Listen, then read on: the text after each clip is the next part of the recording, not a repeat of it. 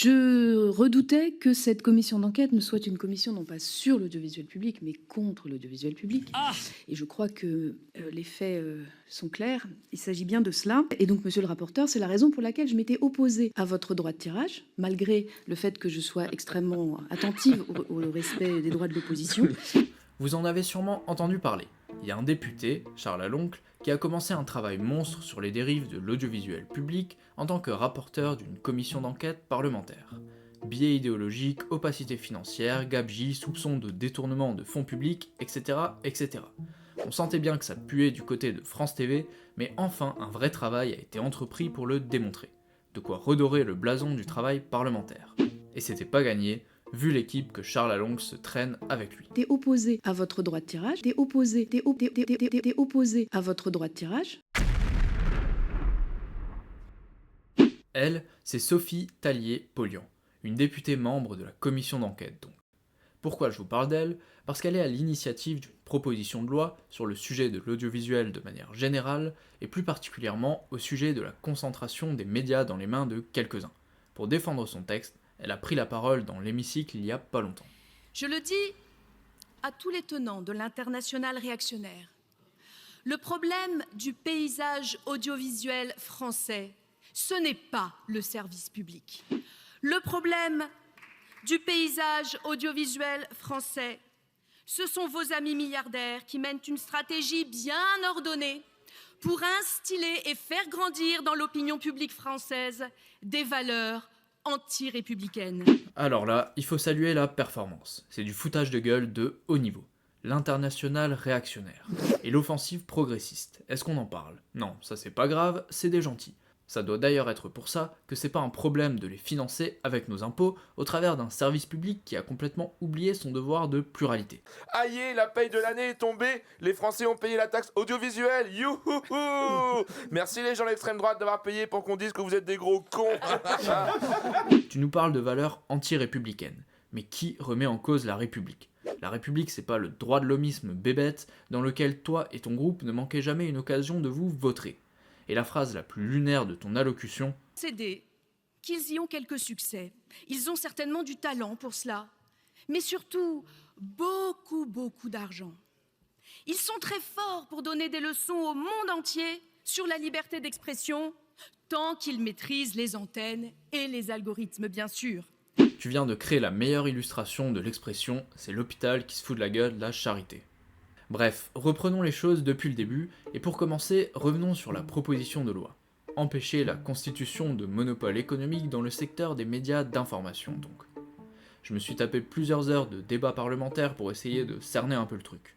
Le débat n'était pas ouf. Chacun campe sur ses postures, à droite la concentration ne semble pas poser le moindre problème, et les journalistes c'est à peine si ça peut avoir une influence sur eux que le journal est un détenteur. Et du côté du rôle de l'information en démocratie, pareil. Il n'y a pas vraiment de problème de fabrication de l'opinion par les médias, les gens ont leurs idées et vont librement vers les médias qui leur correspondent.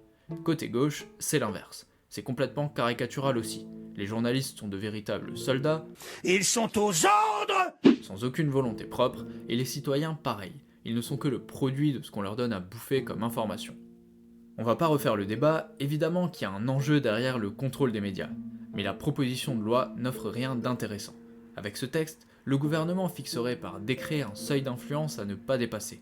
Et la loi donne des éléments pour définir l'influence, mais, je cite, « les modalités d'application du présent article sont déterminées par l'autorité de régulation de la communication audiovisuelle et numérique après consultation de l'autorité de la concurrence. Autrement dit, c'est une usine à gaz, et le Parlement transfère son pouvoir à l'exécutif, il le laisse gérer arbitrairement. C'est nul! Comme dit, je pense qu'il y a un vrai enjeu, mais le texte est merdique et n'entrera pas dans le droit. En fait, le seul effet de ce débat, c'est de montrer encore une fois à quel point la médiocrité et l'hypocrisie gangrènent nos parlementaires. Le point le plus insupportable du débat, c'est cette phrase. Le problème du paysage audiovisuel français, ce n'est pas le service public.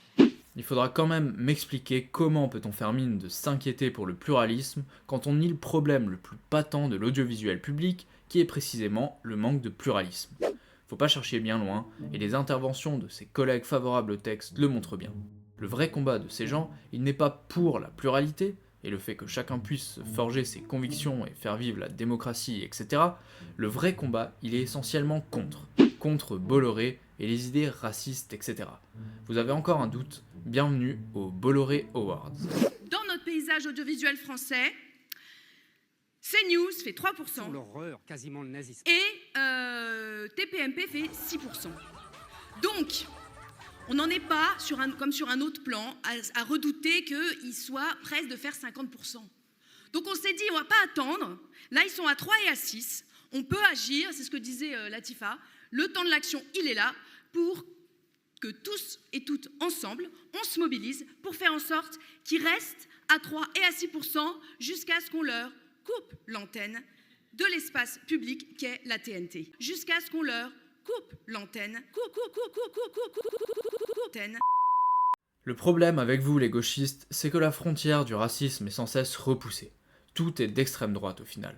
Et on touche là à un des plus grands poisons du débat public français. 50 nuances de gauche, c'est la seule pluralité tolérée. Il faut bien fermer sa gueule et ne pas remettre ça en cause. Cette commission d'enquête doit s'arrêter. Si on continue comme ça à dresser les listes des gens avec leurs opinions politiques et de manière totalement biaisée, je ne vois pas où est le travail parlementaire là-dedans qui doit avoir de la dignité, du sérieux et pas cette espèce de communication à outrance et d'une manière aussi biaisée pour faire monter dans l'opinion une haine du service public. Visiblement, t'es énervé. Mais nous aussi on est énervé. Les problèmes de l'audiovisuel, ça crève les yeux. On en était déjà plus ou moins conscient avant la commission d'enquête. Charles Aloncle ne crée pas de haine, il permet de faire toute la lumière sur des dérives inacceptables et il est grand temps que ce travail soit fait parce qu'on arrive à un point de rupture. L'audiovisuel est complètement préempté par des militants de gauche alors qu'il est financé par tous et c'est insupportable. Faut remettre les choses d'équerre maintenant. Le premier combat pour la pluralité, il est là. Manifestement, tu t'y opposes. Mais tu crois que ça va nous mener où? De foutre la poussière sous le tapis. Mais tu crois que ça va rendre service à qui tes conneries? Bref, personnellement, j'ai des avis sur tout un tas de questions, j'ai même des certitudes, etc. Mais j'aurais jamais le niveau de condescendance de Madame Tallier-Polian à insulter en permanence mes opposants, à les traiter d'ennemis de l'humanité et vouloir les museler. Franchement, c'est lamentable. Encore si on parlait d'un random sur X, bon tant pis, mais là on parle quand même d'une députée de la nation française. Bref, à tous les étages, le climat politique est vraiment pourri dans notre pays. Essayons néanmoins de ne pas perdre tout espoir dans le dialogue, sinon qu'est-ce qu'on fait? Bref, haut les cœurs, même si cette assemblée ressemble de plus en plus à la cour des miracles. Et pour ceux qui n'auraient pas suivi les travaux de Charles Aloncle, je vous laisse avec mon iceberg sur le sujet pour que vous puissiez mesurer l'ampleur des révélations. Pensez à aimer et partager la vidéo, c'était Paul Marcellus, à bientôt.